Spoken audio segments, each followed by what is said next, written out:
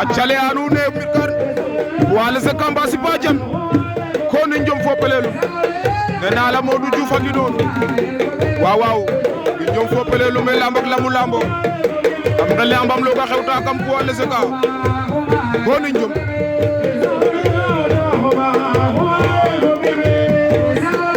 waaw waaw acale anu ne jata pasi si bajan jata pasi lo fajan wop aca waa Passy di leen bëgg di leen kontaane daa ne Jaata Passy xongo ko ni njom waaw waaw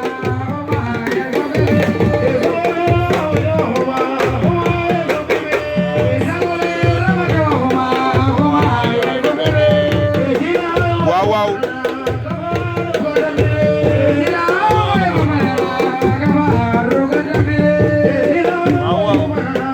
aca Mahfouss Diakhaté bëgg naa la kontaane la ndeysaan